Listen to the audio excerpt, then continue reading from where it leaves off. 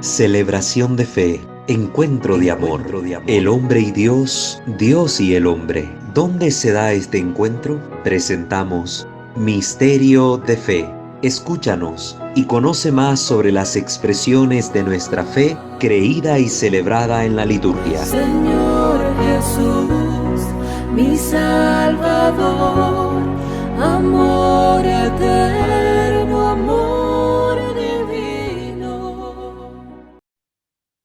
Queridos hermanos, sean bienvenidos a una transmisión más de nuestras charlas formativas en materia litúrgica a través de nuestro canal Misterio de Fe.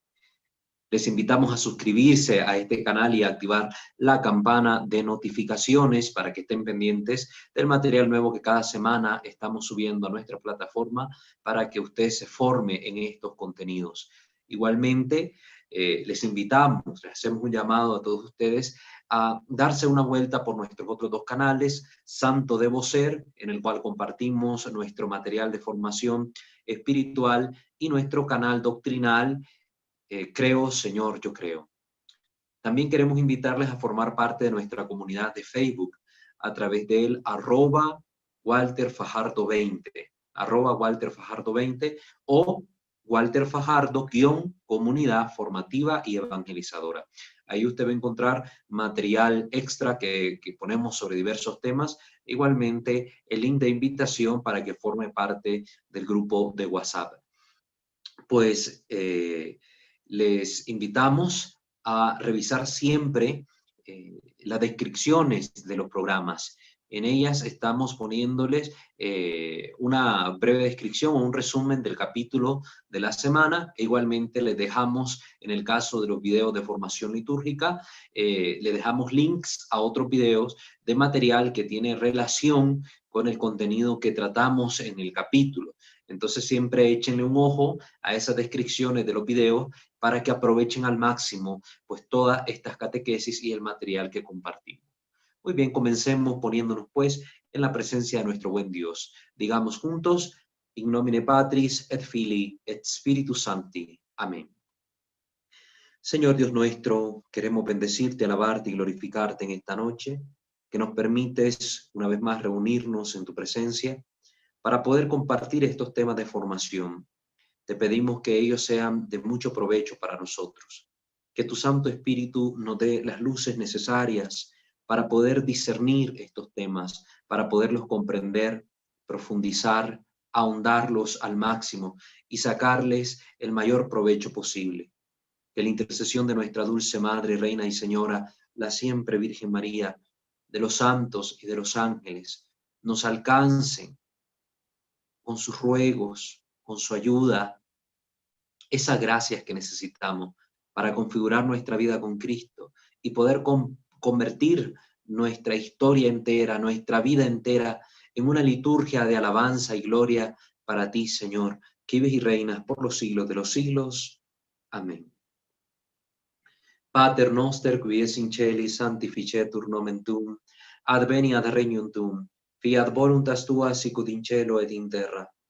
Panem nostrum quotidianum da nobis hodie, et dimitte nobis debita nostra, sicut et nos dimittimus debitoribus nostris, et ne nos inducas in tentatione, sed libera nos a malo. Amén. Ave Maria, gratia plena, Dominus tecum, benedicta tui mulieribus, et benedictus fructus ventris tui, Iesus.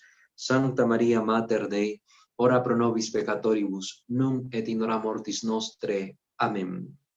Gloria Patri et Filio et Spiritui Sancto, sicut erat in principio, et nunc et semper, et in saecula saeculorum. Amén. Ave Maria Purissima, sine labeo concepta, in nomine Patris et Filii et Spiritus Sancti. Amén. Muy bien, queridos hermanos, hoy con este capítulo finalizamos este ciclo formativo que versa sobre el tema de la Sagrada Comunión en cuanto a 3 puntos capitales: el comulgar de rodillas o de pie, el comulgar en la boca o el comulgar en la mano. Entonces, estos videos, este conjunto, si no mal recuerdo, de 8 videos, versan sobre estos contenidos. Así que hoy vamos a finalizar este ciclo formativo, pues dando unas observaciones finales sobre la comunión, sobre la Sagrada Comunión, y aportando una parte más como testimonial sobre este tema para que lo tengamos presente. Recordemos que el fin de este ciclo formativo ha sido informarnos sobre cuál es la postura de la Iglesia Católica respecto a la Sagrada Comunión. Para ello hemos hecho un análisis histórico de cómo se ha venido desarrollando esta práctica litúrgica dentro de la Iglesia y en las distintas comunidades. Hemos hablado de la tradición de la comunión en la mano, cómo surgió en las iglesias de los primeros siglos, qué sentido devocional, qué sentido teológico, qué sentido litúrgico tenía esa práctica en su momento. Hemos hecho la diferencia de esa práctica de la comunión en la mano en los primeros siglos de la práctica actual de la comunión en la mano, que ha surgido sobre todo con el protestantismo. Hemos hecho pues un recorrido histórico sobre ese tema. Igualmente, este recorrido histórico nos permitió tener luces claras, concretas, sobre cuál ha sido el origen de la práctica de la comunión en la boca. Hemos visto amplios testimonios que afirman que los apóstoles transmitieron esa tradición a algunas comunidades, la práctica de la comunión en la boca. En Roma se tiene vestigio de escritos de los papas que aseguran que fue el apóstol Pedro quien transmitió esa práctica a la iglesia de Roma. Vimos desde cuándo entró en vigor esa práctica como tal a nivel de toda la iglesia. Hemos visto también que su origen se debe sobre todo a una mayor toma de conciencia sobre a quiénes que se está recibiendo en las especies eucarísticas. Hemos visto que el hecho de comulgar tanto de rodillas como en la boca empezó a asociarse con esto, la dimensión del amor y de la verdad teológica contenida en el misterio del pan y el vino eucaristizados, ¿verdad? De estos panes, estos elementos ya transustanciados. Entonces, la comunión de rodillas y en la boca, sobre todo, viene a responder a esta sensibilidad del pueblo de Dios respecto al sacramento, una sensibilidad que le hace desarrollar más devoción, más amor, más celo, más cuidado por la sagrada especie, por la presencia real de nuestro Señor. Entonces, eso lo tenemos ahí presente. Hemos tocado algunos documentos magisteriales, tanto preconciliares como postconciliares, para hablar sobre esta temática. Hemos tocado sobre todo documentos muy actuales que nos hacen entender cuál es la ley de la Iglesia sobre esta materia. Sobre todo es importante aclarar que la ley de la Iglesia atestigua que es la práctica universal y tradicional de la Iglesia Católica, la comunión de rodillas y en la boca, y es la que debe preferirse y es la que debe siempre promoverse. Hemos dicho que la comunión en la mano se permitió, ¿verdad? Por así decirlo, cierto indulto pontificio en algunos sectores de la Iglesia, con el sentido de que se pudiera catequizar mejor a estas comunidades para que pudieran volver a una práctica tradicional de la comunión. Se habló de que cuando existe esta posibilidad de comulgar en la mano, debe haber una autorización explícita de los obispos que ha tenido previamente una aprobación de la Santa Sede para que esa práctica pueda realizarse en una iglesia local, y que aún existiendo esta posibilidad, siempre se salvaguarda la decisión que en conciencia tomen los fieles sobre el modo en que desean recibir la Sagrada Comunión. Y para eso mencionamos sobre todo el escrito de la redención y sacramento, en esta instrucción, donde se nos dice que a nadie se le puede negar la comunión por solicitarla ya de rodillas o ya en la mano, ahí donde esté autorizada la práctica de la comunión en la mano. Porque si no está autorizada, pues yo no puedo pedir la comunión en la mano. Esto hay que saberlo. Como tampoco es lícito que los sacerdotes prohíban recibir la comunión de rodillas y en la boca, sobre todo en aquellos lugares donde no existe la aprobación de la comunión en la mano. Todo eso hay que tenerlo presente, ya lo hemos explicado acá, hemos ahondado profundamente esa temática. También les recordamos que aquí no estamos en ningún momento llamando a una desobediencia a los pastores de la iglesia. No estamos convocando a eso. Hemos dicho que, por ejemplo, ahorita por ocasión de la pandemia, la iglesia ha tomado la decisión de que en muchos templos se dé la comunión en la mano como una forma de salvaguardar la salud de sus fieles. Ya hemos explicado que hay amplios testimonios también del sector salud, de doctores reconocidos que han asegurado que no se da la transmisión del virus por la Sagrada Comunión, que yo puedo seguirla dando en la boca sin ningún problema de contagio. Eso lo ha atestiguado la comunidad médica. También hemos dicho que las comunidades tradicionales, es decir, que viven la misa siempre bajo la forma del rito extraordinario o misa tridentina, como también se le conoce, pues la comunión, a pesar de la pandemia, siempre la han estado dando de rodillas y en la boca. Entonces, hemos hablado al respecto de que en tiempos de persecución y en tiempos de peste, en este caso, debido a la pandemia que estamos viviendo, la Iglesia ha permitido a lo largo de los distintos siglos la práctica de la comunión en la mano.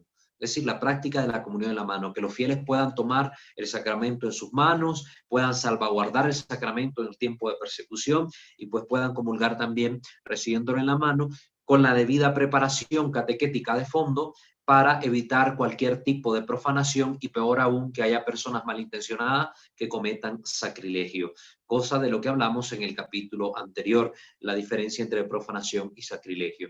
Entonces les recordamos, aquí no se está llamando a una desobediencia a la iglesia ni a los obispos, simple y sencillamente se está haciendo un llamado a la conciencia y a la formación. Una vez de que esta pandemia haya terminado, haya concluido, nosotros los fieles estamos llamados a volver a la práctica tradicional de la recepción de las sagradas especies, de rodillas y en la boca, o a lo sumo de pie y en la boca, pero no en las manos. Solo que haya una aprobación de la conferencia episcopal con el debido permiso de la Santa Sede para que en un lugar se comulgue en la mano, pues usted está en la libertad de hacerlo. Pero nuestro llamado particular y el de muchos sacerdotes, de muchos obispos, de los cuales incluso les hemos dejado links en las descripciones de los capítulos, es a la comunión en la boca. Es preferible siempre la comunión en la boca. Hoy precisamente vamos a terminar de dar unos matices sobre este punto para que usted en conciencia decida como cristiano qué es lo que realmente conviene hacer y cuál es la mejor forma de comulgar que como católicos debemos practicar. Entonces, para que eso lo tengamos muy presente y nadie venga a decir después, ahí el hermano Walter estaba llamando en sus programas a desobedecer a los obispos, a desobedecer a la iglesia. Jamás ni nunca ha sido esa nuestra pretensión, ni siquiera nuestras formaciones van encaminadas por ahí, ¿verdad? Quien diga eso, pues tendrá una mala intención detrás de esas palabras que pronuncia. Pero nosotros tenemos claro, y todos los que me han visto en estos programas tienen claro de que nuestro llamado es a una obediencia a la Santa Iglesia que nuestro Señor fundó. Por ello, hablando de este tema, vamos a mencionar una parte importante que nos presenta el Código de Derecho Canónico, que es uno de los textos que hemos venido citando a lo largo de estas formaciones, en la sección que dedica a las obligaciones y derechos de todos los fieles, que van desde el canon 208 al canon 223. Únicamente vamos a tomar algunos cánones, el resto ustedes lo pueden leer, algunos cánones para hacer unos matices sobre este tema de la Sagrada Comunión. El canon 209, parágrafo 1, dice: los fieles están obligados a observar siempre la comunión con la iglesia, incluso en su modo de obrar. Incluso en su modo de obrar. Esto es importante tenerlo presente. Si somos iglesia católica, si somos miembros de esta iglesia, tenemos que actuar en comunión con la iglesia, en comunión con los legítimos pastores y de forma tal que también con nuestro actuar transmitamos nuestra fe. Esto es lo que quiero recalcar en el sentido de la comunión. Sí, debe haber una comunión con la iglesia que no solo es local, no solo es con mi obispo, sino también universal, es con toda la iglesia en el mundo entero, pero también es con la iglesia del ayer, con la iglesia del hoy, y una comunión que se extenderá con la iglesia del mañana. Por eso la comunión practicada católicamente debe manifestar este hecho de la comunión, y se debe manifestar en todo también. Si soy católico, comulgar como católico. Aquí hasta en nuestra forma de obrar se debe mostrar siempre nuestra fe. Es terrible cuando, por ejemplo, hay personas que asumen cargos de poder en la política, por ejemplo, y son católicos y dicen, bueno, yo soy católico, pero quiero que sepa todo el mundo que mi fe no va a interferir en mis acciones políticas, en mis acciones sociales, como que la fe fuera un añadido o algo que esté encima o algo que es distinto a la vida de esa persona. Cuando eso sucede, hay una disociación que luego nos lleva a conductas ambiguas, ¿verdad? Conductas ambiguas, no muy cristianas. Entonces, el llamado es a la coherencia.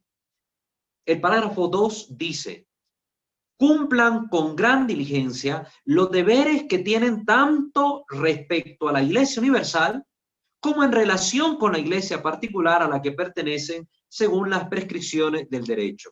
Nosotros tenemos el deber de obedecer al Papa, tenemos el derecho, el deber de obedecer a la Iglesia en su legislación universal.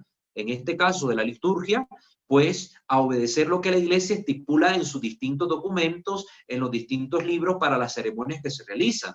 Y en el caso de la Iglesia particular, pues al obispo se ha emanado algún decreto, alguna publicación o algo en particular, pues nosotros estamos llamados también a obedecerlo. Esto tengámoslo presente siempre y cuando, como hemos hablado en el tema de la obediencia, que está en nuestro canal Santo Debo Ser, en la sección dedicada a los grupos de oración, pues siempre y cuando lo que se nos mandate no sea contrario a la voluntad de Dios, contrario a la ley divina o contrario a la ley universal de la Santa Iglesia. Es decir, aquí, por ejemplo, un obispo me dice, aquí está prohibido en esta diócesis comulgar de rodillas y en la boca, esa prohibición no tendría valor. ¿Por qué? Porque la ley de la Iglesia Universal sí promueve la comunión en la boca y de rodillas, es la forma tradicional, es la forma en que la Iglesia ha manifestado que debe comulgarse a lo largo de los siglos, es la forma defendida a través de los documentos magisteriales, es la forma que autoriza a la Iglesia para que se haga. Entonces, una ley particular, que sería la emanada por un obispo en su iglesia local, no puede contradecir a la ley universal, ¿verdad? Sí puede un obispo prohibir la comunión en la mano en su diócesis. Eso sí lo puede hacer porque los documentos dicen que queda siempre la salvedad de los obispos en su diócesis de decidir al respecto, aunque haya aprobación para una provincia eclesiástica sobre este tema. Entonces el obispo siempre puede prohibir. ¿Por qué? Es una forma de comulgar que no es propia de la iglesia, sino que se ha venido asumiendo con el tiempo, pero migrada esta forma desde las comunidades protestantes que tienen un entendimiento distinto sobre el sacramento de la Eucaristía y sobre el sacramento del orden. Por eso sí que lo puede hacer un obispo, prohibir la comunión en la mano, pero no podría un obispo prohibir la comunión en la boca y de rodillas. Eso sí que no lo podría prohibir por lo que ya hemos mencionado. El canon número 212, parágrafo 1, dice, los fieles, conscientes de su propia responsabilidad, están obligados a seguir por obediencia cristiana todo aquello que los pastores sagrados en cuanto representantes de Cristo declaran como maestros de la fe o establecen como rectores de la iglesia.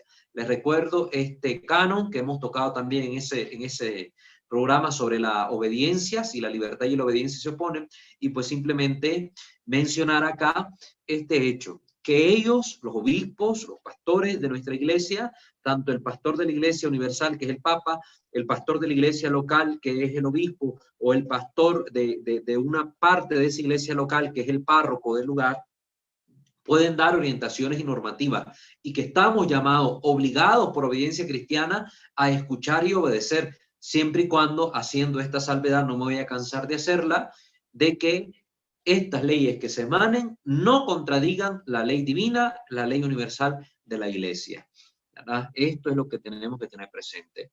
Recuerden que en la iglesia no existe la práctica de la obediencia ciega. Cuando hay obediencia ciega, ya es una obediencia que responde a una actitud fanática de parte de una persona, a una actitud irracional, a una actitud que le priva de asumir la responsabilidad sobre el acto realizado. El parágrafo 2 dice, los fieles tienen derecho a manifestar a los pastores de la iglesia sus necesidades, principalmente las espirituales y sus deseos. Por ejemplo, en el tema que nos compete, que es el tema de la liturgia, podemos manifestarle al señor obispo, estas necesidades que tenemos de que la liturgia sea bien celebrada en nuestra parroquia. De repente hay un sacerdote que está cometiendo múltiples abusos litúrgicos, sea por la razón que sea, ¿verdad? Implementando danzas litúrgicas, una distorsión de la liturgia, sustituyendo la homilía con otras cosas, usando los ornamentos como no es debido, poniendo a los fieles a hacer acciones que no les competen. Entonces, eso es una preocupación que hay de parte de los fieles porque se respete la vida litúrgica de la iglesia, que es el tesoro de todos nosotros. La vida espiritual, hay una necesidad de parte de los fieles a vivir la liturgia de la iglesia. Es una necesidad y un derecho de los fieles poder vivir la liturgia católica. Entonces se pueden manifestar estas necesidades espirituales a los pastores de la iglesia. Se puede manifestar la necesidad de la comunión en la boca. Mire, monseñor, mire, señor obispo, fíjese que en mi parroquia, el párroco, ya le he hablado con él, ya he agotado todos los medios razonables para que me escuche él y pueda darme la comunión, como es mi derecho, que es la comunión en la boca, y no me la quiere dar, me lo prohíbe. Ya hablando fuera de estas dos ocasiones, ¿verdad?, excepcionales, sea la pandemia o sea tiempo de persecución. Entonces, si usted está en derecho de pedir la comunión en la boca y el párroco se niega, usted puede manifestarle esto al obispo y hacérselo saber, porque es parte de las necesidades espirituales que usted tiene. Usted, a través de la comunión de rodillas y en la boca, le rinde tributo al Señor, le entrega una forma más congruente de recibirle en el momento en que estamos en la misa, y no se lo permiten. Esto está atacando incluso su conciencia. Entonces usted puede manifestarle al obispo esta necesidad particular. Parágrafo 3 dice: tienen el derecho y a veces incluso el deber, en razón de su propio conocimiento, competencia y prestigio, es decir, los fieles tienen el derecho de manifestar a los pastores sagrados su opinión sobre aquello que pertenece al bien de la iglesia y sobre lo que está mal también, ¿no? Los fieles tienen este derecho de poder acercarse a los obispos y decirles: mire, monseñor, pues nuestra comunidad más bien ha mermado la gente ha dejado de venir porque la vida de este párroco, de este sacerdote que usted nos ha enviado, es un escándalo para los fieles, ¿verdad? Aquí se ponen a grabar videos de TikTok en el templo, bailando con los ornamentos, aquí se ponen a hacer cosas desviadas, aquí esto es terrible. Mire, necesitamos que usted tome cartas en el asunto. Esto se hace no porque los fieles le tengan mala fe al sacerdote, no es porque sea una comunidad rebelde y desobediente, no, lo hacen los fieles, es su deber, es su derecho, porque la iglesia se los permite y porque en conciencia cristiana se ven agredidos en su fe. Esto es lícito hacerlo. Aquí el mismo derecho avala el que los fieles puedan recurrir a las autoridades competentes para manifestarles su malestar, su inquietud, etcétera, ¿verdad? Tienen derecho y a veces incluso el deber, ¿verdad?, el deber de manifestar a los pastores sagrados su opinión sobre aquello que pertenece al bien de la iglesia y de manifestar a los demás fieles eso mismo, salvando siempre la integridad de la fe y de las costumbres, la reverencia hacia los pastores y habida cuenta de la utilidad común y de la dignidad de las personas. Ahí está en el Código de Derecho Canónico, Canon 212, parágrafo 3. Ahí lo dice precisamente, es un deber. Si hay algo que está lastimando la sensibilidad del pueblo de Dios para con la fe, para con Dios, la relación con Dios, hay algo que está atropellando esa sensibilidad, hay que hablar con las autoridades competentes. Es necesario. Un párroco, por el hecho de ser el párroco, no es un cacique, no es un emperador en la parroquia que puede hacer absolutamente lo que se le dé la gana. Está llamado ahí para servir al pueblo de Dios como pastor en orden y atención a lo que la iglesia le pide y le solicita que haga. Es decir, sometido también él a la autoridad eclesiástica, a las normas de la iglesia, en liturgia, en materia moral, en la pastoral, etcétera. No es porque sea el párroco, él puede hacer y deshacer a como quiera las cosas. Todo lo que vaya a hacer el sacerdote tiene que responder a un fin verdadero, real y beneficioso para los fieles. Entonces no puede ser algo hecho a la ligera, hecho a adrede, a la loca. No, siempre tiene que responder a este fin verdadero que persigue la salvación de la alma. Todo el derecho canónico se cierra precisamente hablando sobre eso, que estas leyes caen bajo el peso de la salvación de la alma. Prima eso antes que una ley la salvación de la alma. Entonces, si algo pone en peligro la salvación de nuestra alma, pues hay que hablar. El canon 221, parágrafo 1 dice: compete a los fieles reclamar legítimamente los derechos que tienen en la iglesia y defenderlos en el fuero eclesiástico competente conforme a la norma del derecho. Es necesario reclamar. Si usted tiene el derecho de comulgar de rodillas y en la boca y le quieren privar de ese derecho, usted puede reclamar. Si a usted la quieren suspender del ministerio de los lectores porque se niega en un momento a hacer algo antilitúrgico y el párroco la amenaza y le dice: si usted no hace esto que le estoy mandando, entonces yo la saco del ministerio de los lectores, usted puede acudir al obispo, al vicario de pastoral, al vicario episcopal de pastoral y decirle: mire, padre, mire, monseñor, está pasando esto, yo hablé con el párroco, no me escucha, más bien casi que me ha corrido de la parroquia, me ha dicho que ni vuelva. Entonces ahí usted puede defender sus derechos reclamando legítimamente a los pastores, a la autoridad competente, que se haga cumplir este derecho que usted tiene, que se vele por el bienestar de usted y que se amoneste, se hable con este sacerdote que está actuando despóticamente. Un ejemplo, ¿verdad? Poniendo un ejemplo, yéndonos a un extremo bastante, pues, así, extremoso, ¿verdad? Como decimos, algo muy particular, que esperando en Dios que no suceda en ninguna parroquia, aunque sí sabemos que existen algunos casos, lamentablemente. El último canon al que vamos a hacer mención es el canon 223, parágrafo 1. Dice: en el ejercicio de sus derechos, tanto individualmente como unidos en asociaciones, los fieles han de tener en cuenta el bien común de la iglesia, así como también los derechos ajenos y sus deberes respecto a otros. Simple y sencillamente se los menciono recordándole esto. Siempre que buscamos defender un derecho y los derechos que la iglesia nos otorga, apuntan siempre al bien común de la iglesia, al bien de todos. Si hay algo que atropella este bien común de la iglesia, pues ahí hay algo malo que hay que hablarlo, ¿verdad? Con las autoridades competentes, empezando por el párroco, luego con los vicarios, ya sean los vicarios foráneos, los vicarios designados a una vicaría particular, ya luego al vicario general, al obispo y así, ¿verdad? Ir escalando los distintos grados de autoridad que en la iglesia hay para resolver los problemas de los fieles. Pero sépanlo, queridos hermanos, ustedes como fieles, aquí lo dice el Código de Derecho Canónico, tienen el derecho y el deber de defender precisamente sus buenas costumbres, de defender la fe, también de velar porque se hagan cumplir sus derechos, porque se respeten y porque se les trate como es debido. Entonces, sépanlo que la iglesia les proporciona todos estos medios para que ustedes hagan valer sus derechos. Muy bien. Ahora quiero pasar a esta parte de la comunión.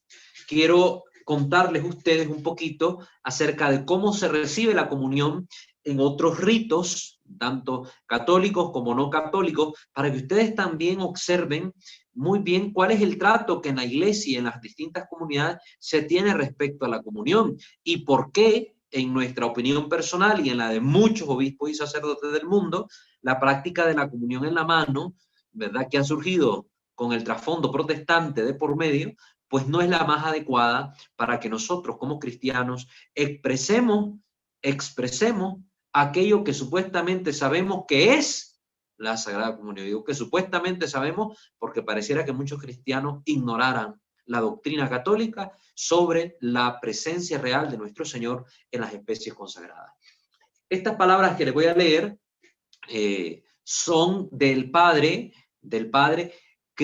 Christopher Nersisian, que es un monje ortodoxo que reside aquí en México.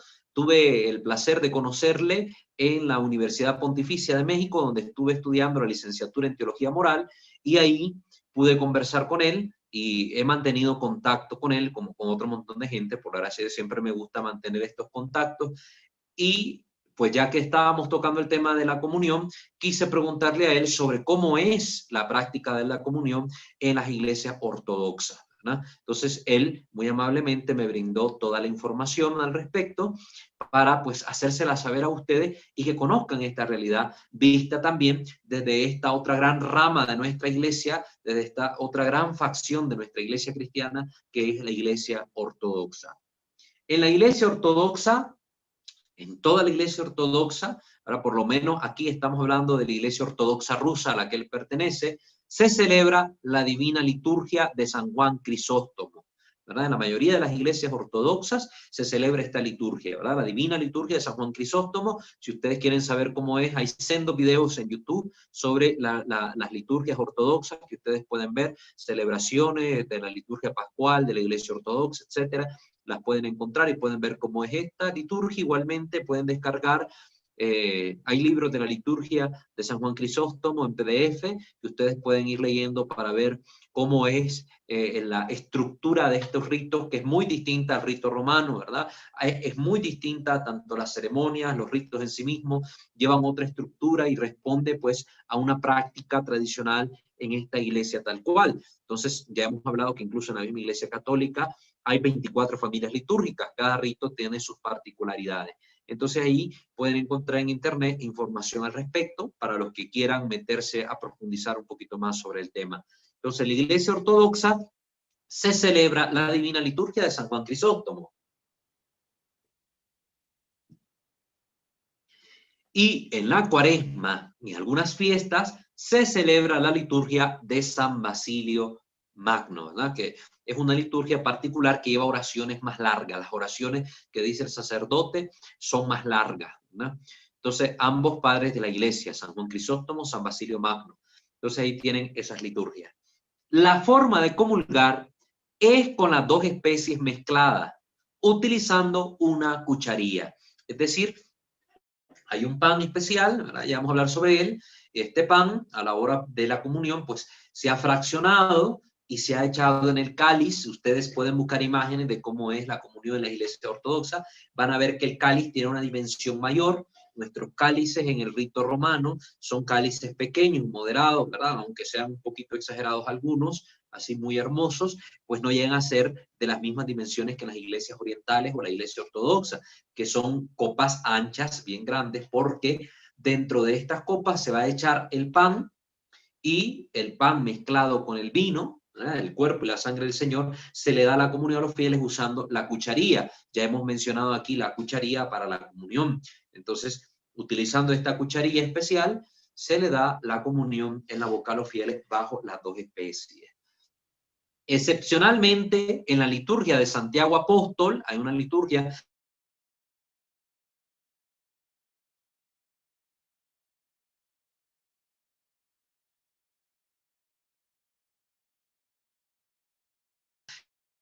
que se utiliza en la fiesta especie. Esto es algo que tenemos que tener presente. Hay esta diferencia. En la fiesta de este apóstol, la iglesia ortodoxa cuando la celebra, hay una liturgia particular para esta celebración, la de Santiago Apóstol. Entonces en ella la forma de comulgar varía, pero únicamente en esa fiesta. Y en vez de darse las dos especies mezcladas en un cáliz, se dan por separado el pan por un lado y el vino por otro. Para prepararse para la comunión, ahora miren lo que pasa, ¿verdad? Para prepararse para la comunión, los fieles se tienen que preparar con la recitación de los cánones. Son cantos divinos en 9 odas que sobre todo llaman al fiel a la compunción y al arrepentimiento. La abstención de alimentos comienza a la medianoche y no se puede desayunar ni comer nada hasta después de la celebración. Ahí me llamó mucho la atención esto, porque cuando nosotros estudiamos la historia de la iglesia, y sobre todo en el aspecto de la comunión, miramos que existía esta conciencia de la preparación adecuada para comulgar. Recordemos que antes la celebración de la misa era estrictamente dominical y en algunas fiestas particulares. Era raro que en algunos lugares hubiera misa con mucha frecuencia. Fue con el tiempo que también se fue suscitando la práctica de la misa cotidiana. Sí, que hubiera misa lunes, martes, miércoles, jueves. Antes, por lo general, eran sábados y domingos las liturgias. Entonces, los fieles, al igual que en la Pascua, que estaban llamados a guardar un ayuno desde el jueves en la noche, en memoria de la cena del Señor, hasta el domingo, pues se observaba este ayuno eucarístico de 3 días, para poder comulgar el domingo. Con el paso del tiempo, pues este tiempo fue disminuyendo. Después fueron 12 horas, después 8 horas, después 4 horas, después quedó hora antes de comulgar y ahora se pide por lo menos 1 hora de abstención de alimento antes de la misa para poder comulgar. Lamentablemente creo que esto tampoco ha sido muy beneficioso, porque por desgracia se va perdiendo este sentido de que tenemos que preparar nuestro cuerpo entero, disponerlo para algo tan maravilloso como es la recepción del cuerpo y la sangre del Señor. Si cuando nos van a hacer una cirugía o nos piden algún examen, nos mandan a guardar ayuno, y ahí está la gente horas sin comer ni tomar nada a veces, ¿cuánto más debe ser nuestra preparación para algo más importante que un examen? Que es la recepción, el recibir a nuestro Señor en nuestro cuerpo entero. Y a veces no somos conscientes de esto.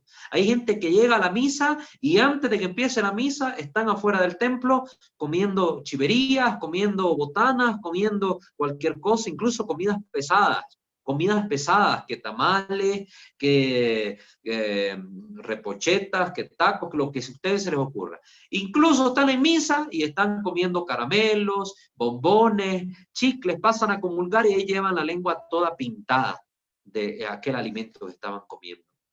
Es vergonzoso. Supone que tenemos que tener conciencia de que vamos a recibir al Señor. Aquí me llamó profundamente la atención que esta práctica, que es una práctica que no ha variado en la liturgia de las iglesias orientales y en la iglesia ortodoxa, no han habido cambios significativos. Es decir, que la práctica bimilenaria de sus costumbres se mantiene en pie aún hoy. Esta práctica ellos la tienen desde que es iglesia ortodoxa. Desde que es iglesia ortodoxa. La observancia del ayuno eucarístico. Se preparan el día anterior, el día domingo, con esta recitación de los cánones, estas oraciones que llaman a la compunción y al arrepentimiento. Y después no toman alimento durante horas y horas desde la medianoche del día anterior hasta la misa. Si la misa es a las 2 de la tarde, hasta que termina la misa, que por lo general dura 1 hora y media, ellos comen. Si la misa fue hasta las 4, pues hasta las 4 van a comer, no desayunaron, no comieron nada antes, hasta después de la misa van a poder tomar sus alimentos. Por esa razón, y se le añade que aquel que vaya a comulgar incluso tiene que llegar con anticipación, porque debe confesarse antes de la misa.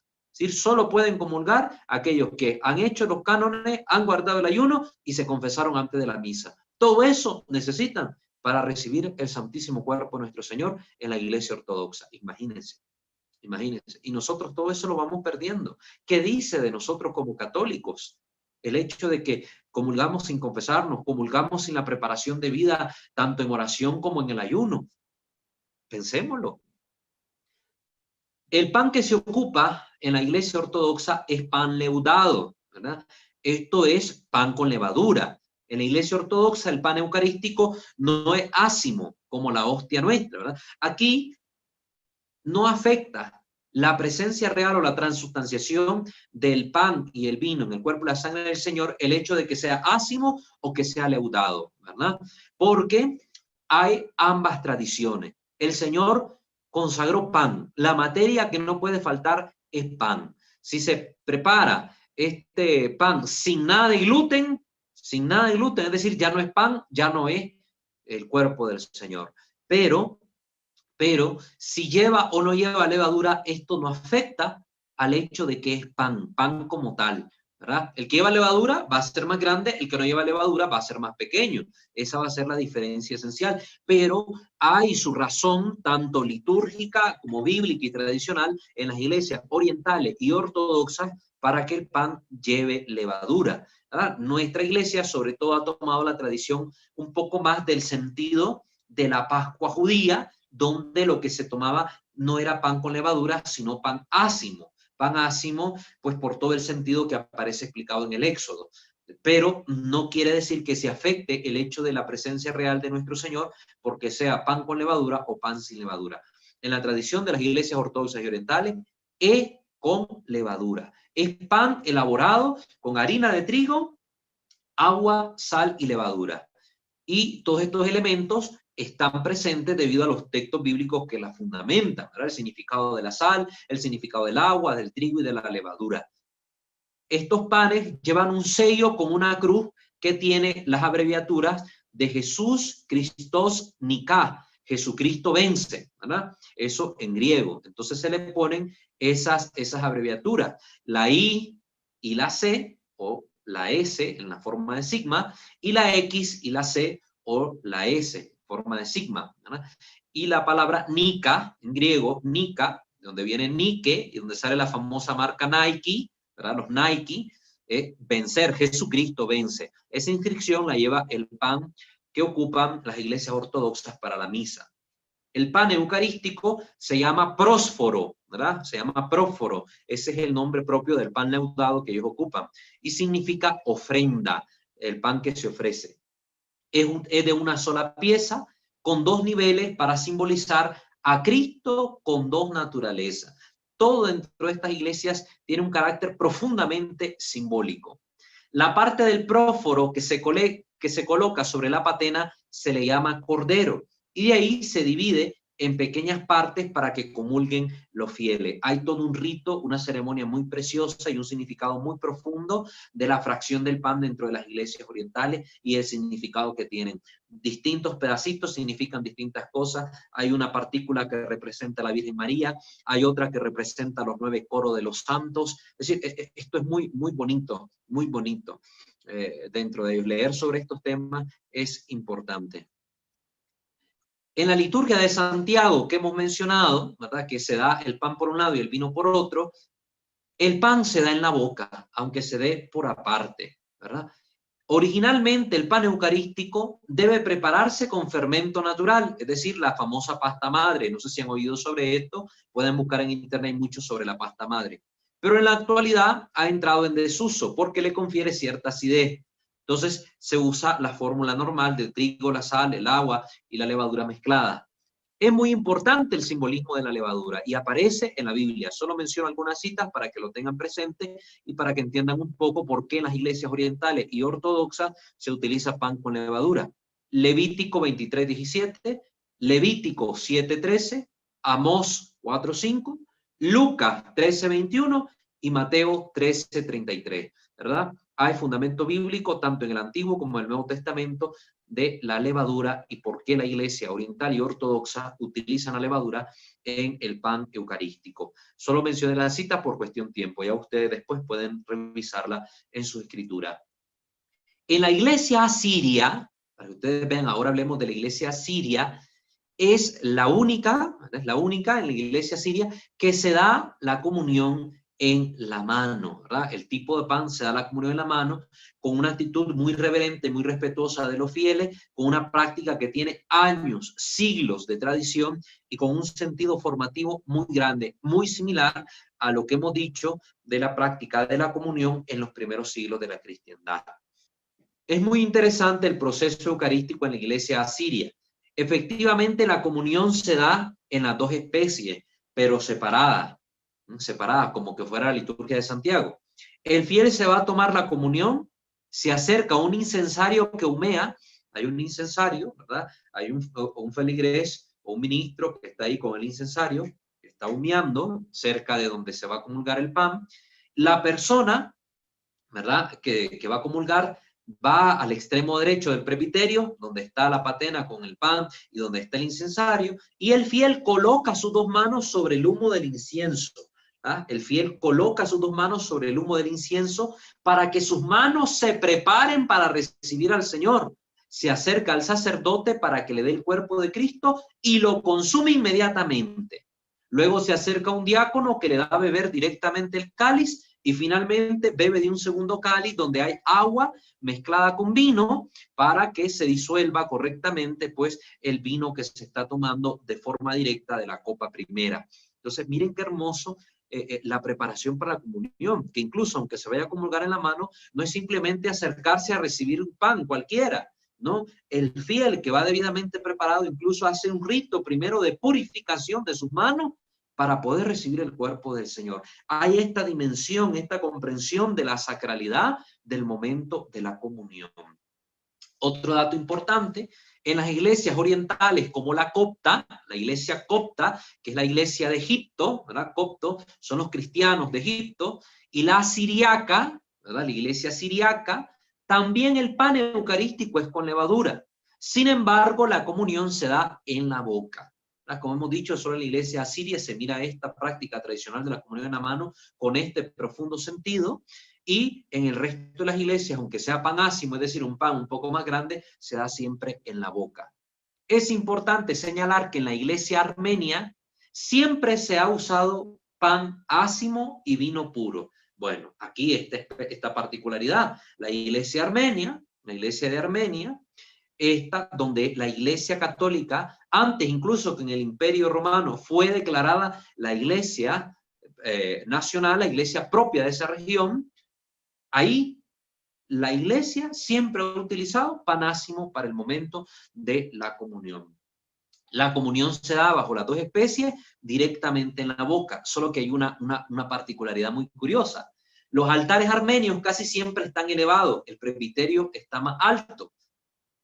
Y en consecuencia el sacerdote cuando da la comunión se acerca y da la comunión de rodillas. Es decir, el fiel va de pie y el sacerdote es el que está arrodillado. Ustedes pueden buscar fotos de esto, es muy curioso. Yo las busqué también ahí en la web.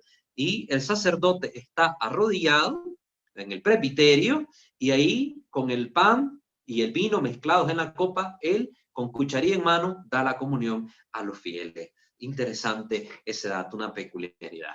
Muy bien, esto respecto a la comunión en otros ritos, en otras iglesias, para que ustedes también sepan algo de esto. Un testimonio ortodoxo que quiero leerle.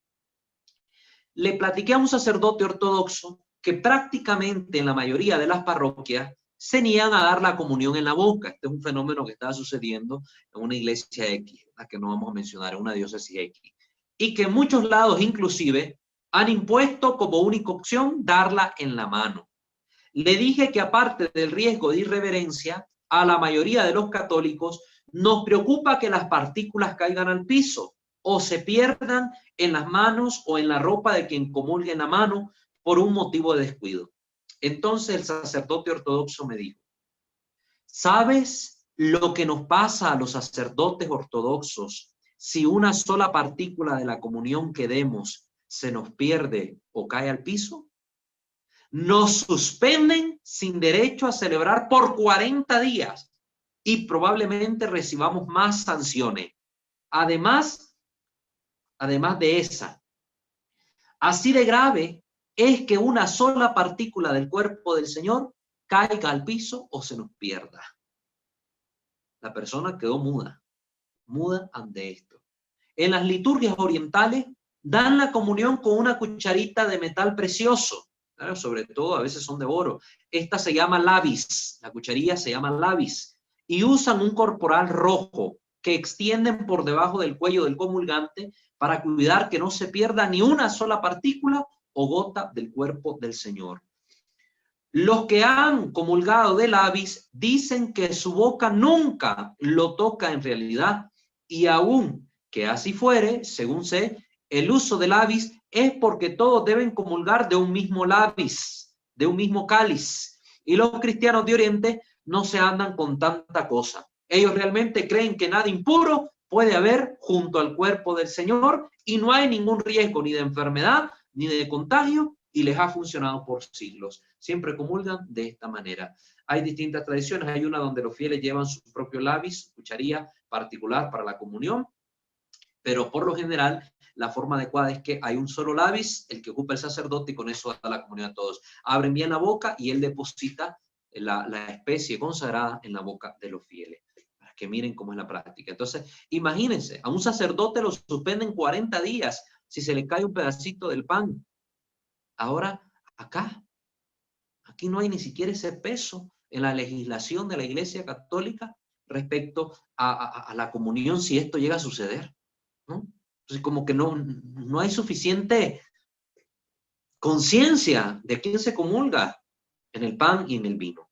Y por último, para cerrar, concluimos con el testimonio que da un mormón, el testimonio de un mormón respecto a la comunión. Madrid, este es el apellido de la persona, cuenta que como apologista de plena dedicación, estaba dando una conferencia sobre la fe católica, cuando un mormón le preguntó si podrían hablar al final. Durante su conversación, que fue sobre la Eucaristía y el Santísimo Sacramento del Sagrario, el mormón le señaló, este testimonio está en Info Católica, ¿verdad? En Info Católica. El mormón le señaló, sinceramente, yo tengo la impresión de que la mayoría de los católicos no creen lo que usted acaba de explicar sobre la Eucaristía. Este hombre había dado un discurso magistral de apologética católica, de doctrina católica y teológica sobre la Sagrada Eucaristía, la transubstanciación de las especies, la presencia real de nuestro Señor en su cuerpo, sangre, alma y divinidad en las especies eucarísticas y transubstanciadas. Había hablado sobre esto. Y viene el mormón y le dice, sinceramente, yo tengo la impresión de que la mayoría de los católicos no creen lo que usted acaba de explicar sobre la Eucaristía. Madrid quedó sorprendido y pensó para sí mismo, como católico creo que yo debería saber mucho mejor lo que ese mormón pudiera saber sobre lo que creen los católicos o no, en especial en algo tan central como es la Eucaristía. Pero el mormón siguió diciendo que él había asistido a varias bodas católicas y otras misas católicas. Y le puedo decir que los católicos que he visto en ellas, seguro no parecieran creer en lo que usted acaba de decir sobre la presencia de Jesús en la Eucaristía. Y continuó diciendo el mormón, he visto católicos yendo a comulgar mascando chicle. Algunos parecen realmente aburridos. He visto a algunos que se van saludando por el camino hacia el altar. Es famoso, van a comulgar y van saludando a la vecina, al tío, a la abuela, a la amiga, al amigo, a todo el mundo, mientras van a comulgar, y cuando vienen de regreso lo mismo, parecieran figuras de la política, ¿verdad? Y después de recibir la comunión, estos católicos parecen desinteresados e indiferentes. Van, se sientan, siguen platicando, se ponen a chatear, se ponen a hacer mil cosas, no hay un momento de oración, comulgan como que fuese obligación nada más o por costumbre. Esto pasa. Esa observación la estaba haciendo un mormón, imagínense ustedes, un no católico. Lógicamente, Madrid comenzó a sentirse muy incómodo, reconociendo que lo que le decía el mormón eran casos muy frecuentes y que la falta de respeto generalizada a la presencia real de Jesús en el Santísimo Sacramento es el resultado directo de la generalizada falta de fe actual y que era en verdad incuestionable. Tuvo que aceptar este apologista que desgraciadamente eso sucedía y él estaba aludiendo a esta causa, una falta de fe actual y muy generalizada, una falta de fe que está unida a la pérdida del sentido de lo sagrado, al relativismo o subjetivismo en la experiencia de la fe. En todo esto que estamos hoy atendiendo como una modernización de la iglesia en algunas cuestiones, que hay que ver que hasta en la parte moral se han visto estas afectaciones. Entonces, sí, esto es real, esto es real. El mormón repitió su primera observación diciendo, no quiero ser irrespetuoso ni nada por el estilo, pero creo que los católicos no creen en lo que usted cree sobre este tema. Pero lo que dijo a continuación fue aún peor, lo que dijo el mormón. Si yo creyese lo que usted cree, si yo realmente de verdad creyera que ahí está Dios mismo y no un mero símbolo, yo caería al suelo tendido sobre mi rostro y me postraría así ante él. Yo estaría tan poseído de reverencia y adoración y nunca he visto a un católico manifestar ese respeto y por ello creo que ustedes no creen lo que dicen creer. Imagínense, este mormón dice que si él realmente creyera como nosotros, que entrando y participando en la misa, estamos en el cielo, estamos en la presencia de Dios, él viviría la misa entera postrado, de cara a Dios, postrado ahí en el suelo, viviría así toda la misa. Porque ahí está la presencia del Señor en reverencia y se poseído de reverencia y adoración. Y yo nunca he visto a un católico manifestar ese respeto. Era la impresión que este hombre tenía. Cuánto aleja de la verdadera fe, de la verdadera iglesia, a la gente de allá afuera, nuestro mal testimonio. Qué terrible. Madrid concluye que el mormón había manifestado una verdad terrible con tanta claridad, junto con una precisión devastadora, que fue lo único en que pudo pensar durante el resto de la conversación. La lección de vida que aprendió consistió en darse cuenta de que los católicos no siempre edificamos y evangelizamos a los no católicos.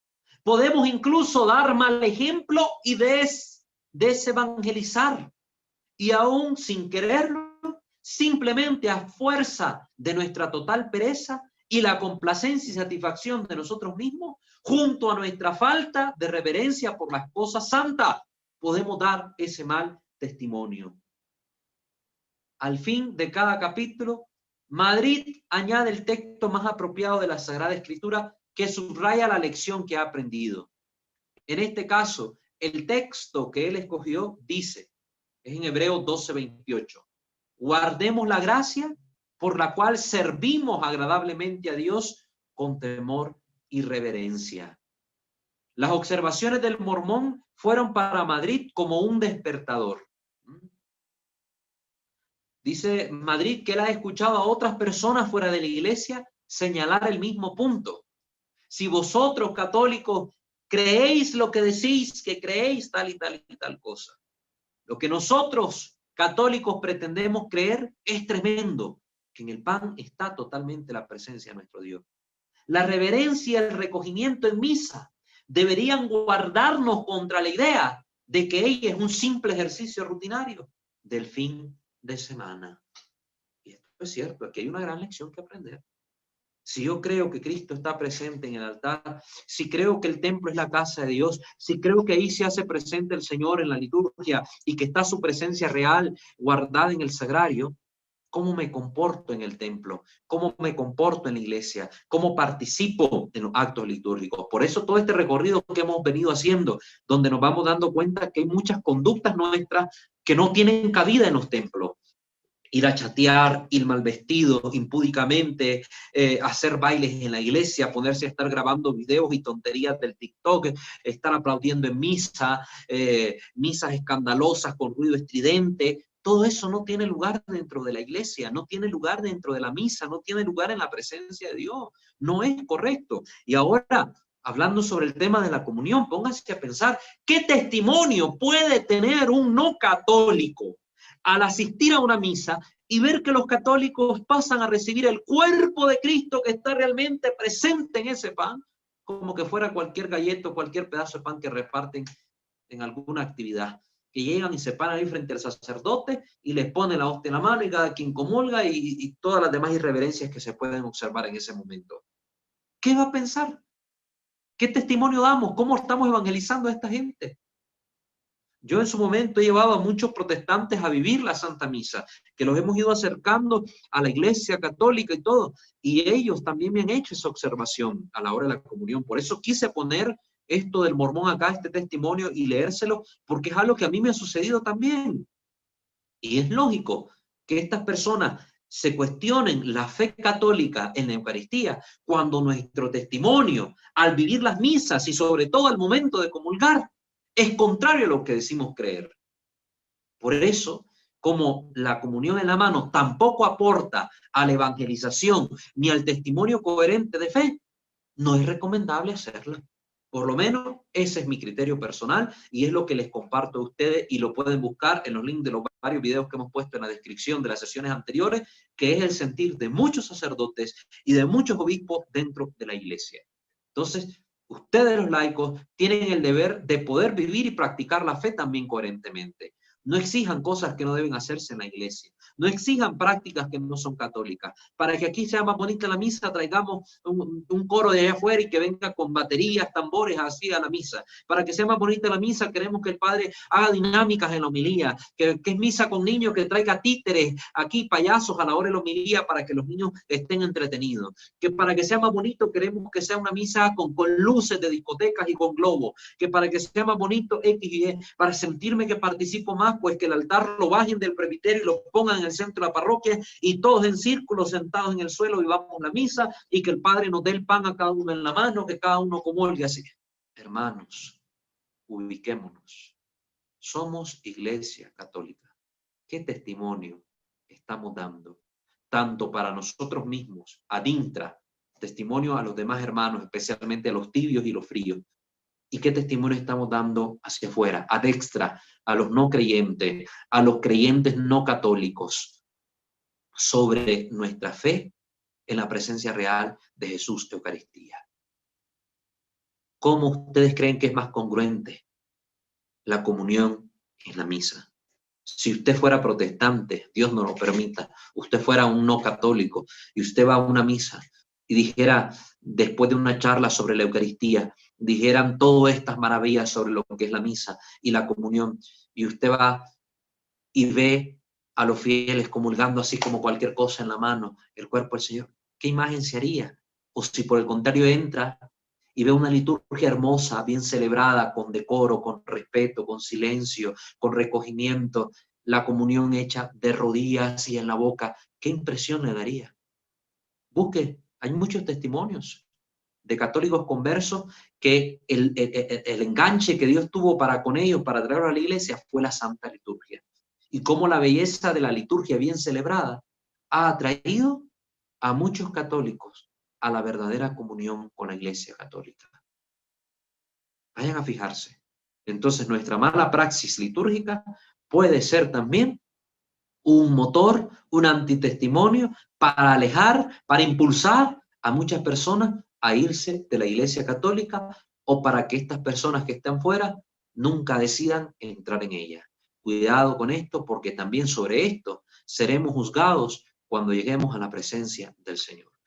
Entonces, con esto cierro esta sección dedicada al tema sobre la manera, la recepción de las sagradas especies eucarísticas, y ya queda en el criterio de ustedes, que se supone ya está formado con todo el material que le hemos venido impartiendo sobre esta cuestión, ¿verdad? Ya queden ustedes la decisión que van a tomar. Si en estos lugares ya está aprobada la comunión en la mano, ya queden ustedes si van a comulgar en la mano o de rodillas y en la boca, pasando la pandemia, ¿verdad? Esto ya queda en decisión de ustedes y ya sepan que qué es lo que están haciendo al momento de comulgar y por qué lo hacen como lo hacen. Queda en ustedes. Yo, hasta donde Dios me preste vida, yo podré hacerlo de rodillas y en la boca.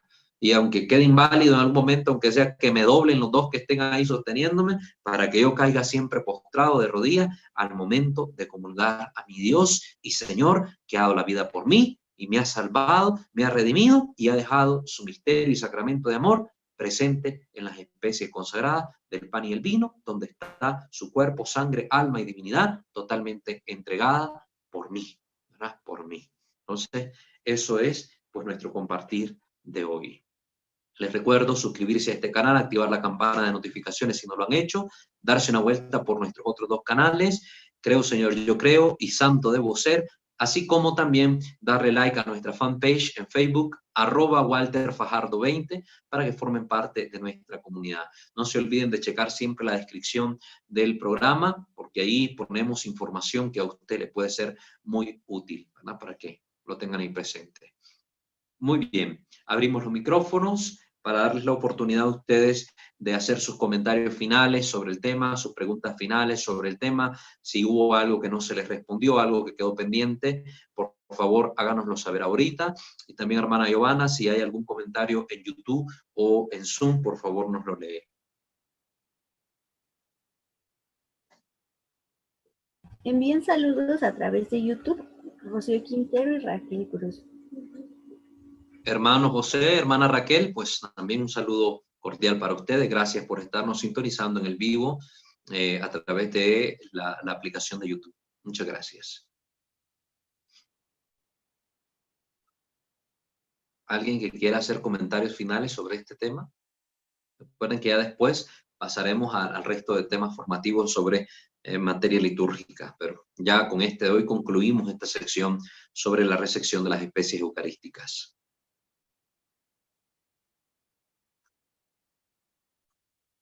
El tema de los ministros extraordinarios de la Sagrada Comunión, pues también en su momento lo tocaremos más adelante cuando hablemos de los ministerios que los laicos pueden desempeñar en las funciones litúrgicas. Entonces ahorita ese tema va a quedar ahí pendiente. Aunque tenga relación con, lo vamos a tocar más adelante. Buenas noches, Walter. Elizabeth de la Ciudad de México. Buenas noches, hermana Elizabeth. Le escuchamos. Híjole, qué tristeza escuchar esto que nos comenta hoy acerca de la Iglesia Ortodoxa, de la Occidental. Con qué belleza más bien, cómo es que ellos reciben la comunión, cómo ellos se preparan. Pero también supongo que es la formación que tienen desde el seno de la familia, desde casa, sus catecismos. Pues es todo un conjunto, ¿no? De una formación desde pequeños. Y qué tristeza es que en esta católica romana, latina, no lo tengamos. Ni siquiera conocemos nuestro catecismo. O sea, ¿para qué vamos más lejos, no? No conocemos el catecismo y ahorita a mí me dejó de a 6. Totalmente, porque de verdad la preparación que ellos llevan para una comunión es bello, es bello, es realmente es entrar en una verdadera comunión con nuestro Señor, es exponer nuestra alma con Él. Para mí ya lo que escuché es abandono total con Él, de nosotros quienes somos, y reconociéndonos lo míseros que somos, que Él nos conoce, que Él sabe todo lo que hacemos, etcétera, pero nosotros reconocerlo ante Él es fuerte. No todos lo hacemos, no es algo sencillo, y entrar en esa comunión de tantas horas o días de antelación para poder llegar a ese momento y recibirlo así, a mí se me hace algo muy bello. Muy bello, me gustó muchísimo y qué tristeza lo que aquí tenemos, que con o sin pandemia, sacerdotes que no nos evangelizan, sacerdotes que nos dan la comunión en la mano y que ahí está, ahí se me cayó y ni modo, la levantas tú, a ver quién la levanta, y no nos atropellos que nos ha tocado ver realmente en esas situaciones, y a mí me deja asombrada totalmente, porque si en el catecismo hace unos años era como que una embarradita para los niños, y muchas veces, yo me acuerdo que en esos tiempos, yo la hice ya grande, la primera comunión, yo tenía 12 años, pero mi mamá me decía, mi mamá no es muy acercada, pero siempre me ha dicho, no faltes a misa, ve, cree, siempre, y sobre todo de adolescente, y ella me decía de niña, ¿para qué quieres la primera comunión? Es que quiero mi vestido, es que quiero la fiesta, quiero ir con mis amigos. Y ella me decía, no, porque tú no entiendes lo que es la primera comunión, tus amigos no le entienden. Entonces a mí me quedó muy grabado eso. Y ya a los 12 años, digo, no es que ya sea uno el gran entendedor, pero por lo menos entendí mucho mejor, y le doy gracias ahora a mi mamá porque me llevó al catecismo ya grande, pero pude entender un poco mejor el por qué nos acercábamos al catecismo, no a jugar o a relajar o a conocer niños, ¿no? Finalmente, y aún así nos quedamos en nada, y ahora como están los catecismos nuevos, pues peor, porque es como para que los enseñen a colorear una hojita cualquiera, colorean, y ya con esto aprendiste de lo que se trata el primer mandamiento y listo, ¿no? Y ahora lo que yo veo es Jesús es amor, y Él ve y haz lo que tengas que hacer, pórtate mal, al fin que Él siempre va a estar esperándote como el hijo pródigo. Entonces yo me puedo ir portar mal y hacer lo que quiero, al fin que Él es amigo, Él me ama, y Él nada más me está esperando a que regrese. Pues, ¿dónde está esa educación, ¿no? Que nos deberían de dar nuestros párrocos? Porque pues yo estoy así, no quiero decir nombres, pero en el otro curso así me tienen. Digo, estoy ahí, me gusta, pero no concuerdo mucho con esas ideas que nos quieren transmitir, por ejemplo, de que pues yo puedo portarme mal y hacer todo lo que quiera, despilfarrar mi vida, finalmente ahí va a estar él esperándome. Bueno, ¿y de qué se trata? O sea, de momento llego, me arrepiento y ya está, y no hay un purgatorio, no hay donde pagar, o sea, no me crean la conciencia a mí, y por lo tanto el discernimiento que yo he aprendido aquí con usted en estos cursos es: hazle caso a lo que tienes aquí en tu conciencia, en tu corazón, porque él te está llamando y te está diciendo, esto está bien, esto está mal. Claro que yo te voy a perdonar, pero no porque yo te perdone y porque yo te ame y tenga misericordia de ti. Ve y peca y mata si quieres, regresas aquí, te perdono porque va a ser de corazón. Pues no, o sea, sencillamente a mí no me cuadra eso, que es la nueva manera de que veamos a Jesús, ¿no? Es algo como que nos quieren meter mucho, y pues yo Sí. lo respeto, el párroco y todo, pero no comulgo con eso todavía. Y es una tristeza muy grande. Sí, desgraciadamente, pues como hemos hecho ver, los problemas están concatenados, todos están relacionados, ¿verdad? Si hay una mala praxis litúrgica, es porque hay una mala transmisión de la fe. Hoy estamos asistiendo a una desfiguración del rostro de Jesús dentro de la iglesia, donde se nos está presentando una figura de Jesús que no es el Jesús de los evangelios. Se está exagerando un aspecto de la prédica del reino de Jesús, y en aras de esa exageración se está disminuyendo, por ejemplo, la exigencia de las condiciones del seguimiento de Cristo. Yo sí estoy llamado a seguir a Cristo, estoy llamado a conocer su misericordia y su amor, y que Él me transforme, Él me perdona. Pero ¿qué me pide Jesús? Para ser cristiano, ¿qué me pide? ¿Cuál es la coherencia de mi vida? ¿Qué sentido tiene entonces la vida de tantos santos que se han esforzado durante tantos años por vivir según la voluntad de Dios? Si al final de cuentas yo puedo hacer con mi vida lo que se me dé la gana, y 3 segundos antes de morir decir, Dios mío, perdóname, y ya, eso bastó. Es ilógico presentar la fe de esa manera, porque no es ese el propósito. Esa es una desfiguración de la doctrina cristiana. Y hoy esta desfiguración de la doctrina está siendo predicada por muchos sacerdotes en la iglesia. Muchos sacerdotes, incluso obispos, me atrevo a decirlo porque soy testigo. Yo hablo de lo que he visto y he oído, ¿verdad? No vengo aquí a contar cuentos inventados, que eso no va conmigo, pero yo lo he visto. Los catecismos hoy, desgraciadamente, también han sido relajados para que se adapten a un niño infantil al cual no se le llama una maduración de vida espiritual. Se piensa que porque es niño no puede ser más santo, que no puede alcanzar los altares. Miremos el caso de Carlo Acutis, que acaba de ser beatificado no hace mucho. Ahí tenemos un ejemplo, jovencito, 15 años, y con esta conciencia de fe. Cuando hay una correcta transmisión de la fe, adecuada evangelización y catequesis, esos son los frutos que se obtienen, santidad. Cuando no lo hay, vemos un montón de jóvenes que hoy hacen la primera comunión, mañana se vuelven protestantes, mañana se vuelven satanistas, ateos y no sé qué, jóvenes que se acaban de confirmar, entran a la universidad y pierden la fe. Entonces, ¿qué papel estamos haciendo? Es un error, no hay una preparación adecuada. Sí, está bien que los niños comulguen desde muy pequeños, excelente, porque ya están viviendo la vida de gracia, pero la catequesis debe ser continua. Yo me alegro cuando hay diócesis y parroquias que implementan las catequesis continuadas, al estilo de las catequesis mistagógicas de los antiguos tiempos, donde después de recibir los sagrados misterios de los sacramentos de iniciación cristiana, estos fieles que eran recién bautizados, comulgados, confirmados, continuaban un periodo de formación para profundizar los misterios recibidos. Entonces me alegro cuando hay diócesis y parroquias que implementan estos sistemas, ¿verdad? Y tienen a los niños y reciben su primera comunión, pero después los integran en distintas comunidades que les ayudan a crecer hasta llegar a una pastoral juvenil, a servir de monaguillos, a meterse en un ministerio, etcétera. Todo esto ayuda, pero desgraciadamente no es algo general, de lo cual seamos conscientes o que estemos viendo estas iniciativas siendo llevadas adelante. Al contrario. Entonces, no vamos a mejorar nunca en nuestro trato con el Señor si tampoco nuestra formación no mejora. No va a haber una mejor relación con Dios si no hay más conciencia de lo que significa ser creyente. Si seguimos bajo una mentalidad de una fe laxa, de una fe cristiana que es solo medio maquillada de lo que es la verdadera fe predicada por nuestro Señor y a la cual somos llamados, no va a haber este cambio si no lo hacemos posible nosotros. ¿verdad? Con una actitud coherente, formándonos, transmitiendo a nuestra familia, conocidos, amigos, estas formaciones. Si no hablamos con nuestros párrocos, si no le hacemos, si no le expresamos a nuestros obispos, como bien lo decía el Código de Derecho Canónico que hoy hemos mencionado el canon al respecto, si no le hacemos saber nuestras necesidades espirituales que tenemos en esta materia doctrinal.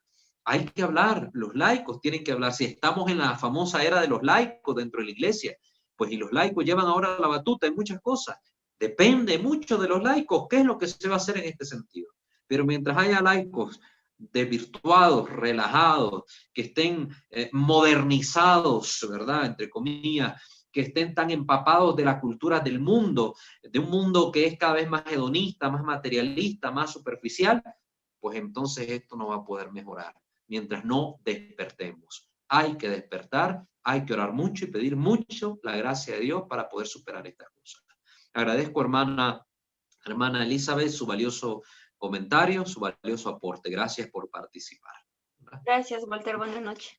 Buenas noches. No sé si hay alguien más que quiera comentar algo. Creo que miré por ahí un comentario de Zoom. Sí, hay mensajes. Un segundo. Ana Jessie manda un mensaje y dice: buenas noches. Si a una persona se le cae la forma consagrada por accidente, ¿cuál es la forma correcta de levantarla? He escuchado a quienes la han levantado con la lengua y otros que solo la recogen con la mano, pero ¿cuál es la forma correcta si llegara a pasar este terrible accidente? Tengo una pregunta. ¿Qué explicación se le...? Bueno, parece que esa es otra pregunta. Primero vamos a contestar a esa primero. Okay. Si se da este accidente, primero no debería de darse, porque se supone que cuando se comulga correctamente, ¿verdad?, no deben darse estas cosas, porque está la patena, el platillo de comunión, bandeja de comunión, como le quieran llamar, que se pone debajo de la barbilla del comulgante cuando reciben la comunión en la boca, que es la forma más adecuada y que se evita por eso el que caiga al suelo la hostia, porque si en algún momento por alguna razón se cayera, siempre cae en este recipiente bendecido para que pueda tener contacto con el cuerpo del Señor. Entonces está eso. Cuando se da la comunión en la mano, si se te cae de las manos, pues no está esa ventaja del platillo de la comunión. Si llega a presentarse esto, lo más importante es recogerlo lo más pronto posible, ¿verdad? Recogerlo lo más pronto posible con toda reverencia. Agacharse de rodillas, tomar la sagrada especie y levantarla con la mano y comulgarla, ¿verdad? Ahí es un caso excepcional donde se permite al fiel o al sacerdote pues tocar las sagradas especies, si se cae, ¿verdad?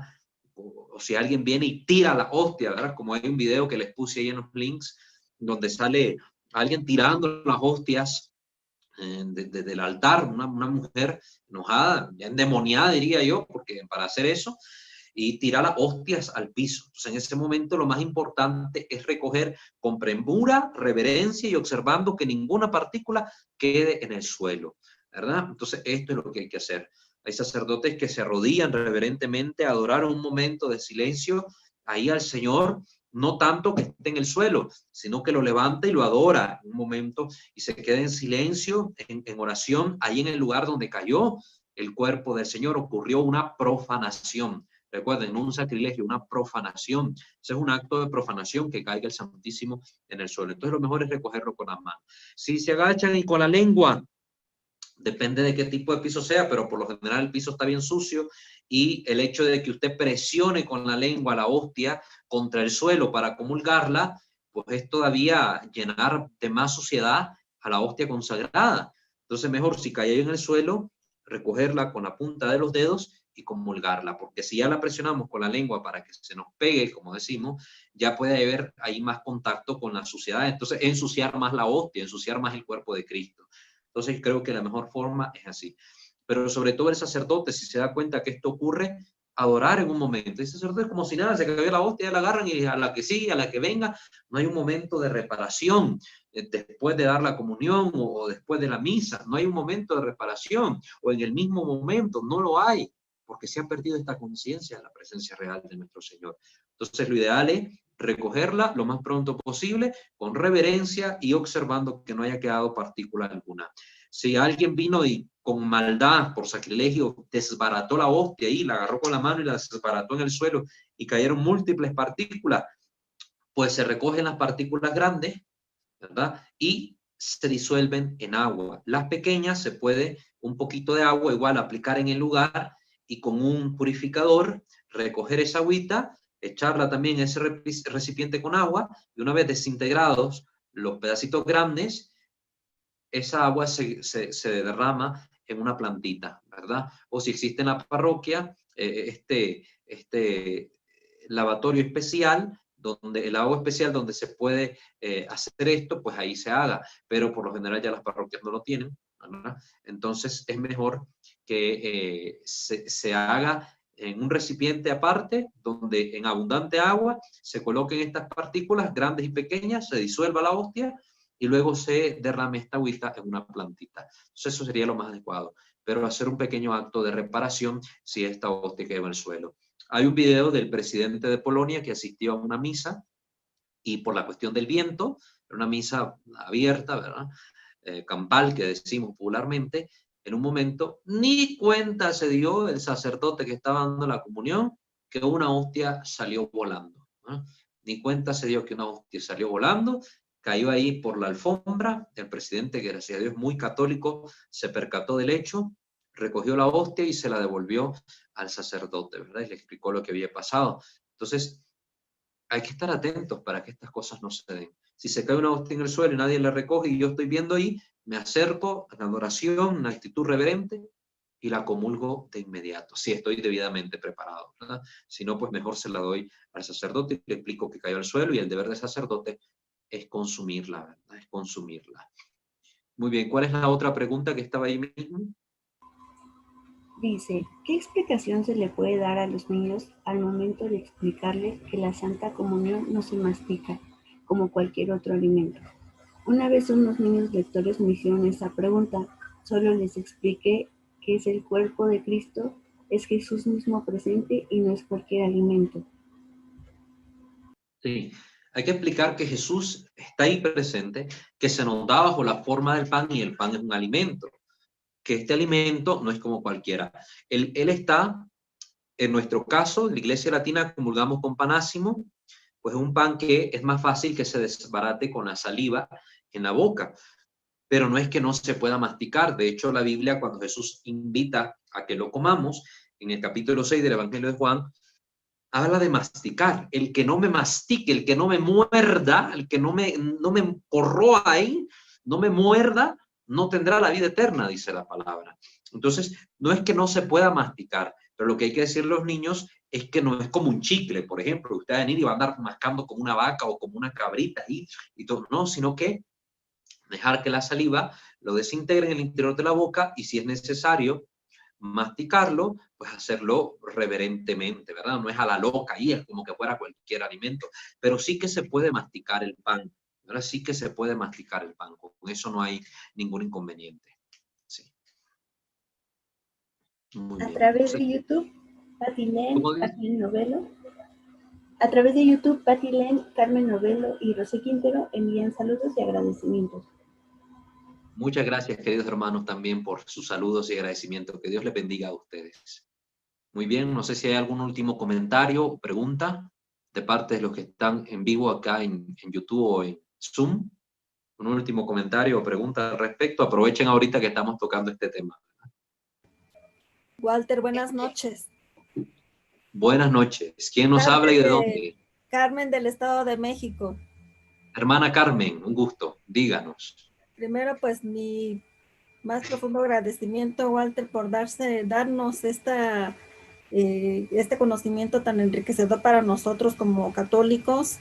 Que Dios los siga bendiciendo para que a través de usted sigamos también aprendiendo nosotros y que verdaderamente que tengamos esa conciencia de lo que estamos haciendo para nosotros también poder de alguna manera pues evangelizar a los demás y estar al pendiente, así como desea usted, para que veamos todos esos detallitos, porque cometemos muchos errores, no nada más nosotros, también yo creo que nuestros pastores, y que también tengamos ese valor para acercarnos a ellos y con todo respeto decirles pues las situaciones que estamos viendo y que no estamos que estamos en desacuerdo con esas situaciones, para que también ellos nos den una respuesta, porque incurrimos o se incurre en una falta y como nos quedamos siempre callados, esas faltas se van haciendo más grandes y ya llega un punto en que, pues por eso mucha gente también se va,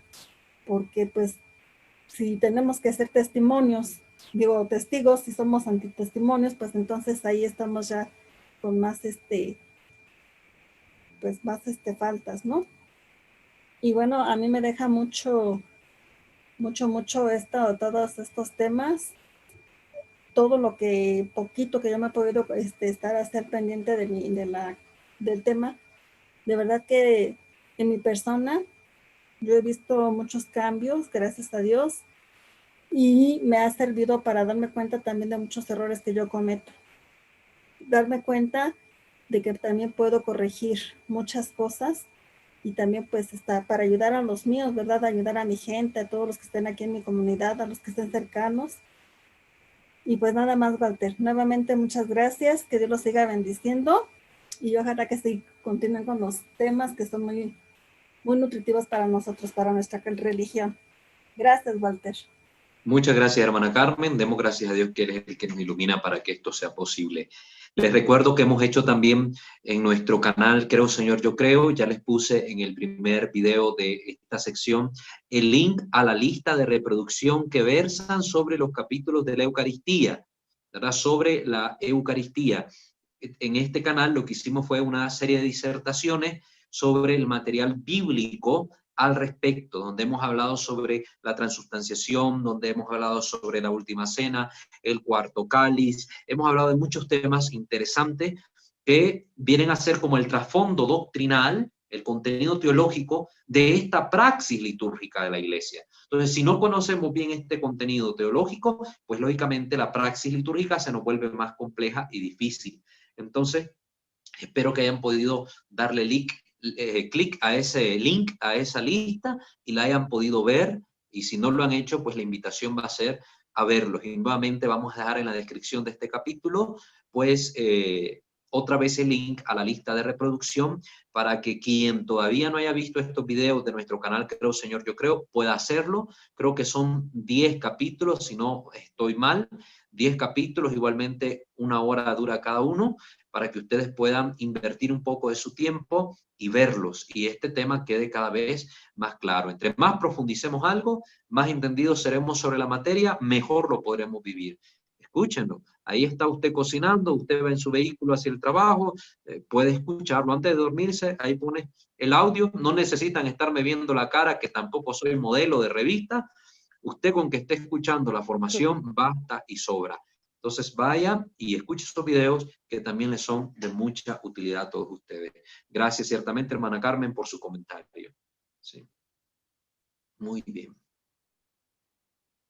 Bueno, no sé si hay alguien más o si no, pues ya, como es el último capítulo, por eso estamos alargando un poquito para ver si alguien quiere despejar alguna duda o comentar algo más al respecto.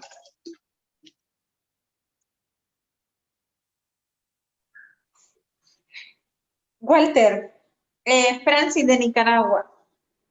Hermana Francis, buenas noches. Bueno, yo sé que no he estado en todos los capítulos, ¿va? Entonces, tengo una duda que pues no sé, hago el comentario porque pues no sé si ya lo comentaron en algún momento. Pero como ya estamos cerrando el capítulo, aprovecho para, es decir, que por esta situación de pandemia, si en mi parroquia solamente están haciendo la comunión así en la mano, yo puedo comunicar o sea, sin ese choque de conciencia, sin entrar, porque al final yo me quedo así. Sí, no lo hago, realmente no lo hago, y hasta la fecha me he mantenido con la comunión espiritual, pero sí tengo esa duda en concreto, con este punto de la pandemia y que en la parroquia solo se esté dando así la comunión en la mano. Entonces, si yo lo hiciera de esta manera por esto de pandemia, no sé si me entiendes la pregunta. No caigo en ese choque de mi conciencia, ¿sí? Ahorita hay por cuestión de la pandemia, como hemos dicho, la licitud de parte de la Iglesia Universal de que observemos la práctica de la comunión en la mano. Pero igual, si yo puedo recibir la comunión en la boca y mi párroco me la puede dar, aunque sea al final de la misa, pues es mejor, 1000 veces mejor. Pero si por las disposiciones que se han dado, los sacerdotes quieren, en comunión con su obispo y la Iglesia Universal, solo dar la comunión en la mano, pues yo como fiel puedo comulgar sin ningún escrúpulo en la mano debido a la situación particular, porque se está haciendo bajo esta condición, ¿verdad? Esta condición específica, que como hemos mencionado son dos las que se requieren, o tiempo de persecución o tiempo de pestes. Ahorita estamos en un tiempo de peste, en este tiempo de pandemia, y la Iglesia Universal pues permite que los fieles, para salvaguardar la salud, comulguen en sus manos. ¿Qué es lo que tenemos que hacer cuando comulguemos en la mano? Las orientaciones que hemos dado en los videos anteriores, ¿verdad? Comulgar con mucha reverencia, con la debida preparación, poniendo una mano sobre otra, viendo que no quede ni una sola partícula ahí en ella, y pues comulgando reverentemente. Y si pueden, yo por ejemplo, yo soy acólito, yo puedo comulgar por mi propia cuenta, soy acólito instituido, pero en el caso, incluso aunque no lo sea, ¿verdad? Cuando comulgo en la mano, yo voy ante el ministro y me arrodillo. Entonces, como un acto de adoración que se le suma, es un plus al acto de la comunión hecha en la mano. Entonces, yo recibo la comunión en la mano, pero de rodillas. Estoy arrodillado y lo recibo y lo comulgo directamente. Es lo que hago. Lo comulgo directamente y me fijo que no quede ninguna partícula en mis manos. Entonces, ahorita que estamos en la pandemia, podemos hacerlo así.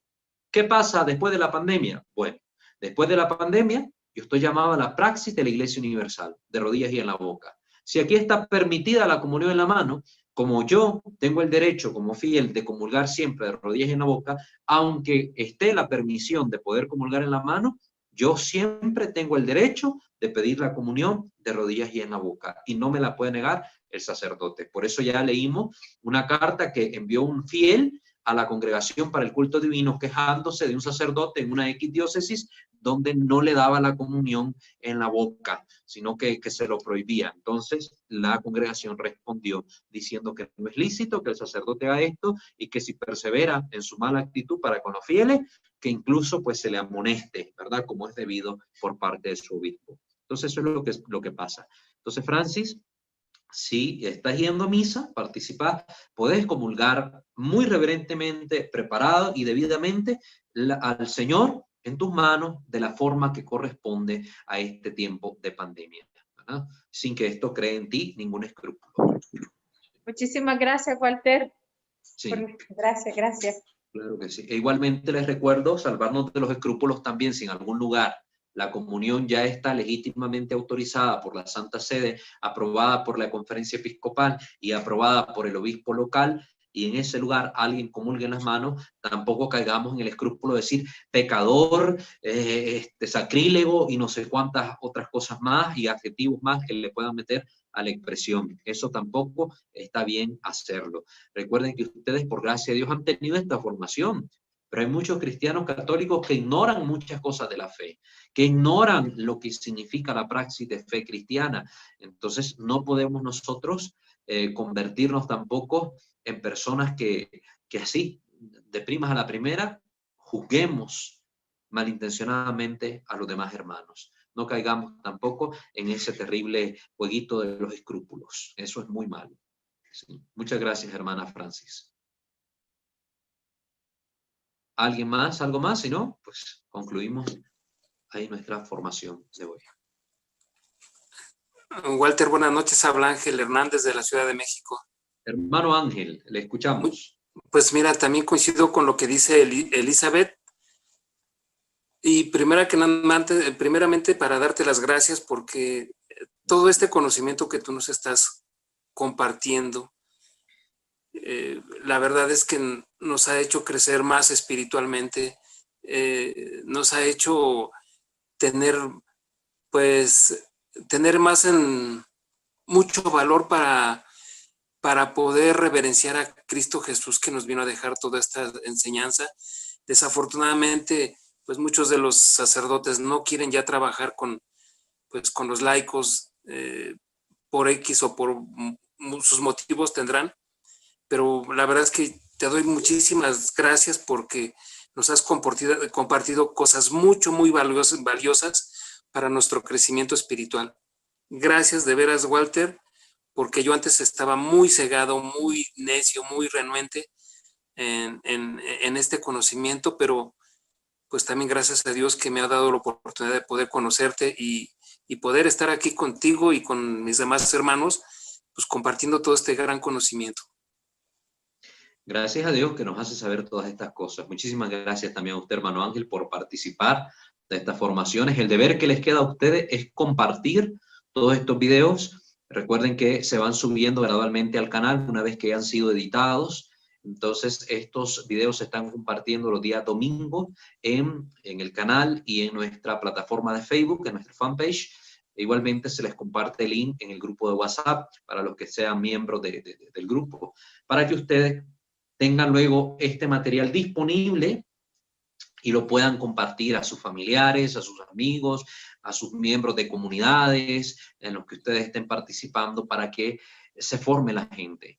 Ya queden ellos si lo ven o no, si se forman o no. El deber de nosotros es evangelizar, es catequizar, formar, compartir la enseñanza. Pero yo no puedo venir y amarrar a alguien en una silla y ponerle un tape aquí en los ojos o unos pinzas aquí y ponerlo a ver el video ahí amarrado. No puedo hacer eso, ¿verdad? Ya queda en la libertad de cada uno si va a aprovechar o no este material. Y como les he dicho desde un principio, trato siempre que sea con la máxima fundamentación bibliográfica para que ustedes tengan seguridad de las enseñanzas que aquí se dan, que no es opinión mía, y si en algún momento expreso mi opinión, lo digo taxativamente, para que se note dónde está lo que es documento magisterial y dónde está lo que es opinión personal mía, ¿verdad? Entonces, eso es nuestro deber, compartir y fomentar la formación de los laicos.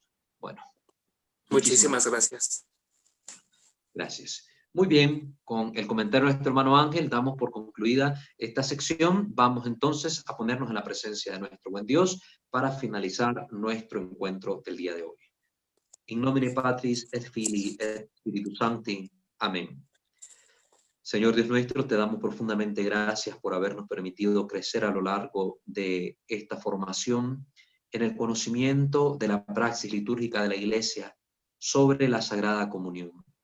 Te pedimos, Señor, que estos conocimientos se infundan en nuestro entendimiento y en nuestro corazón, que desarrollemos un profundo amor y devoción reverente a Jesús sacramentado, que nos preparemos como es debido con la confesión y las oraciones necesarias para la recepción de las sagradas especies. Te pedimos, Señor, que ilumines con tu Espíritu Santo a nuestros pastores en la Iglesia, para que puedan ellos también promover esta formación en los laicos, el debido respeto y la debida comunión, para que se haga todo en orden a glorificarte, a honrarte, y no, Señor, que se sigan dando estas terribles profanaciones y sacrilegios que muchas veces se ven en nuestras comunidades. Que tu gracia nos asista con este propósito y que la maternal intercesión de la Virgen María, de los santos y de los ángeles nos ayude para poder en todo cumplir tu voluntad. Te damos gracias, Señor, a ti que vives y reinas por los siglos de los siglos. Amén. Subtum presidium confugimus Santa Dei Genitrix, nostra deprecaciones ne despicias in necessitatibus, sed a periculis cunti liberanos semper, o Virgo gloriosa et benedicta. Amén. Sancte Micael Arcangele, defendenos in prelio, contra nequisintia diaboli esto presidium, imperediri Deus supplices deprecamur, tuque prince milice celestis, Satanas aliosque spiritus malignos, quia perditionem animarum propagantur in mundo, divina virtud in infernum detrude. Amén. Ángel de mi guarda, dulce compañía, no me desampares ni de noche ni de día, no me dejes solo que sin ti me perdería. En la hora de mi muerte, llévame feliz a los brazos de Jesús, José y María. Amén. Ave María Purísima, sin el ave concepta. In nomine Patris et Filii et Spiritus Sancti. Amén. Que el Señor me lo bendiga